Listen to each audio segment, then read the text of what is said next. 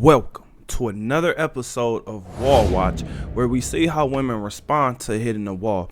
Today I have a treat for you guys because this interview has been going viral across the internet. Yes, the Cam Newton and Dr. Cheyenne Bryant interview. Is she actually aging with grace, or is she bitter and angry? I'll let you decide. Make sure you comment your thoughts under this video. What they're talking about in this clip is high functioning men and high functioning women, high and low functioning men and women, relationships, love. So let's get into it. Make sure you comment, make sure you like, subscribe, and share this video. Here we go. Actually, let me go ahead and introduce myself. My name is Bertrand. I am the coolest dude on the planet, and I'm your friend. Confidence and clarity is the goal for my channel. So here we go. Break it down from male and female. Okay. I would say, interesting enough, I would say that there are 70% low functioning women, 40% low functioning men. What? That's not a that's a high number for Okay. women. Yeah. Only 30% Now- left. With those low functioning men, did they ever say that a man of high function will never really know true love? No, I don't even believe that, but no. Okay. So what? First of all, do you know why he asked this question? Because as a retired superstar quarterback, he has a specific reason why he's asking this question. Because do you think he's really meeting women that's going to love him for him? Or do they see him as a jackpot? Identifies a woman to be high functioning? A high functioning woman is a woman who wants you. She doesn't need you. And let me clear that up. When I say she doesn't need you, it doesn't mean she's independent. That means she is interdependent. I only not need you because my pain doesn't need your pain. My dysfunction doesn't need your dysfunction to feed it for us to be in this relationship, meaning I don't need a trauma bond with you. Okay? What? She wants you. Wait, hold on. Hold on.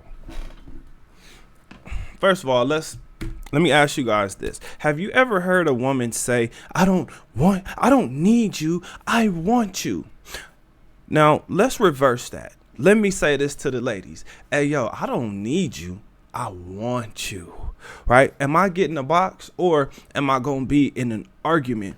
Whatever happened to women understanding how to speak to men? In fact, you know what? We'll do that after this clip. We'll have a conversation after. But let me just kind of look up trauma bonding, because I keep hearing that and I don't really know what that means. So let's see.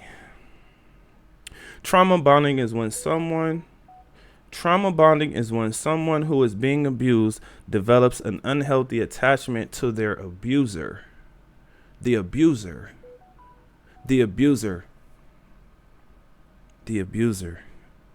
Okay. So two people trauma bonding, is one of them abusing each other? Gets kind of confusing, right? But let's continue.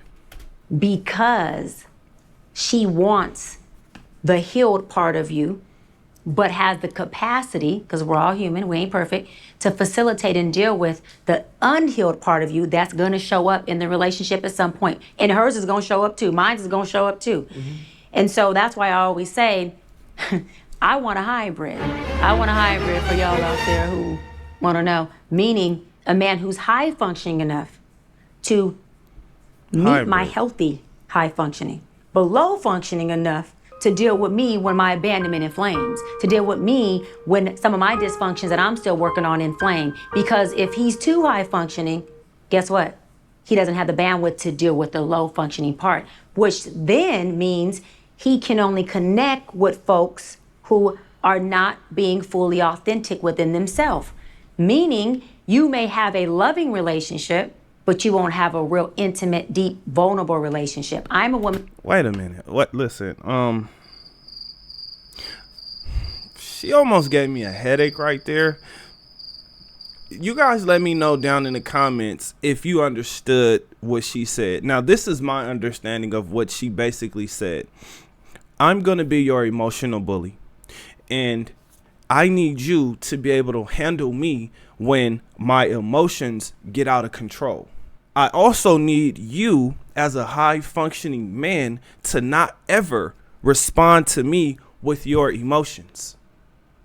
That's what I heard. Let me know if you guys understood that or if I'm missing something, because she used a whole lot of stuff that I don't know. Here we go. Woman who seeks connection and vulnerability. I'm not into casualties or casual sex, just TMI or not. Whoa. Meaning I like. Whoa. Listen,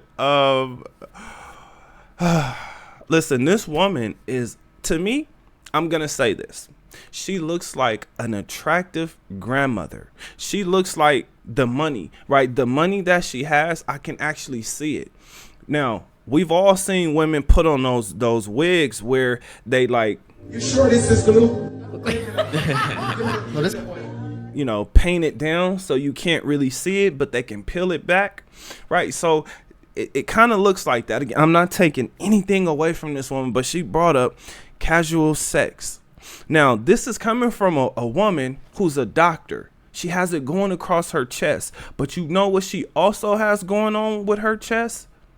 A potential wardrobe malfunction. Okay, I mean, and it is very close to being a wardrobe malfunction. And let me say, I'm here for it. I am here for it. I'm interested to see what those actually look like, because she does have an attractive face. So, I mean, in the breasts, I mean, they looking nice. You know what I'm saying? But she ain't into casual sex. Why isn't she a virgin? Why isn't she in a relationship? Come on. She's a high functioning, high value woman, right? High morals, maybe too. I don't know. Let's finish. The depth of things. And so I need you to see me. I need you to see my broken. I want you to see my heart, whatever that comes with. And I'm not embarrassed about it. I'll tell you about it. I'll show it to you. And I'm okay with a man who can facilitate it. But what a high functioning man may do is if he's all the way high functioning, he has already cut off the side of him that is authentic, and there's a superficialness there that won't allow him to connect with a real person. So listen, again, I'm lost, but I think what she's talking about is the man having compassion for her and her emotions. Sounds like a bunch of other women who are not doctors. And he still love and experience love? Yeah, love has it just loves everything. But will he experience the depth of some of the wholeness of love, meaning the down, the up, the ugly, the heaven, the hell mom was talking about? No. And let me say this really quick. And this is why trauma bonds usually feel like the most intense, in love, deepest relationships, because you got two at the epitome of vulnerability, pain pocket people who are bonding. And most people who are low functioning are exactly who they are. Exactly who they are. Doesn't make it bad for being who they are. Exactly who they are. That's their pain, their trauma. They gonna flee, they gonna scream, they gonna hit.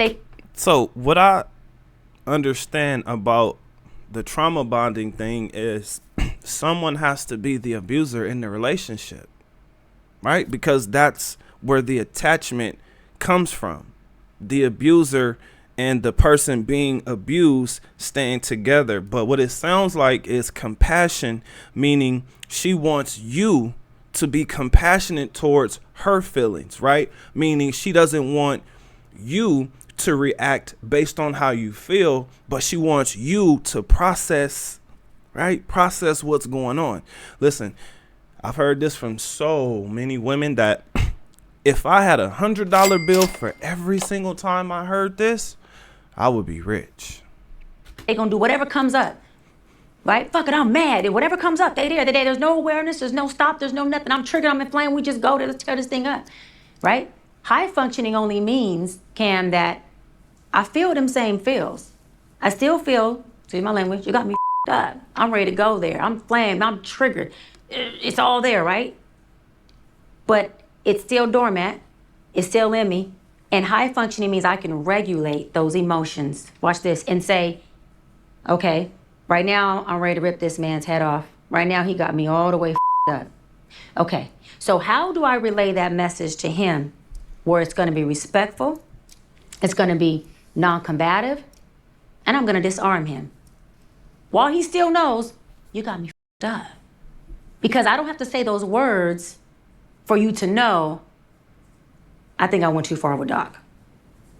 And you still feel respected and loved. She's caught up in her own success. That's great. That's great. Except for when you're in a relationship. Think about this. She just referred to herself as Doc when she's in a relationship with someone. Why would that special someone refer to her as Doc? And a lot of the things that she was saying, those mannerisms, those are real, right? And I'm saying real from past traumas. She's 41 with no kids, never married, but she wants to be married and she wants children. Why is this woman single? That's coming up in the next clip. I mean, in the next video. But we're going to finish this conversation here. So that I just disarmed you and we can still have an engaging, emotionally intelligent conversation that ends in resolve, whether resolve means win-win, because resolve is really win-win, or one person wins or none and we agree to disagree and we can still go. We just got back up. And we can still go to the cigar lounge and have a drink and you have your cigar.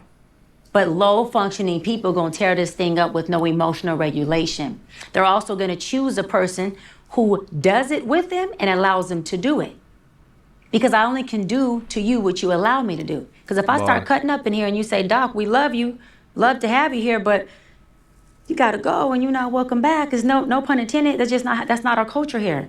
Guess what? I can't do that again. And that's not called fleeing. You emotionally, intelligently said, Doc, love you here, you're a great guest, but that's not our culture. We don't do that here. Now I have a choice to make. Do I wanna be in a relationship with Cam? Do I wanna be welcome back here? Self-inventory. You just did me the best favor you could have ever did.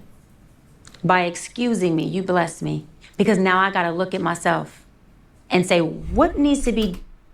Now, I'm going to go ahead and say this, right? Because she's using a lot of words and she talks a lot. He asked her a simple question. This question started off with, how do you feel about high value men receiving true love?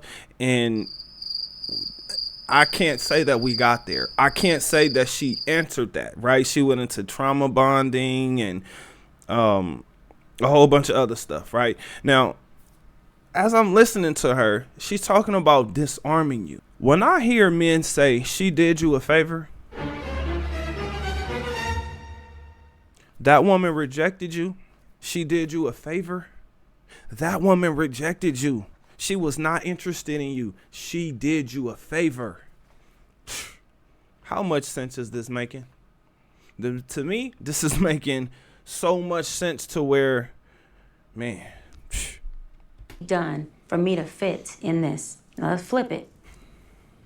I'm with a dude who's turned up. He's a womanizer. He got all these women. He spend money on me. He treat me good. And what you said earlier, he D's me down. You didn't say you would D me down, but use the D word. Clarity. Clarity. He D's me down. And so I come in and I tell him, no, I'm not a woman. I'm like wholesome. I'm not into casual sex. I don't do all that, but I'm in love with him. And he lets me know, check this out, baby. Daddy love you. There's a place for you here, but not like that. You got to be able to do these things. Check back in when you can. That woman has a choice to make too. She goes and takes self-inventory and says, do I want to do these things so I can fit in with daddy? Or do I want to stay true to who I am? Either way. Who is she? Okay? Because this woman has shown us many masks. Okay, she hit us with the title. She showed us where she's from. By the way, spoiler alert, I watched this entire 2-hour and 32-minute interview. So I have a little bit more background knowledge as to who she is, where she came from, and what happened with her. But I'm just telling you guys, when you hear a woman speak like this, believe her, believe what she says, because Cam Newton asked her a question for a reason. He's a man in a certain position that the majority of men on this planet have never made it to. So he's asking her from that perspective. Now, the smart thing would be, well, I'm not a man, and I'm not a man in that position. But instead, she took a completely different route.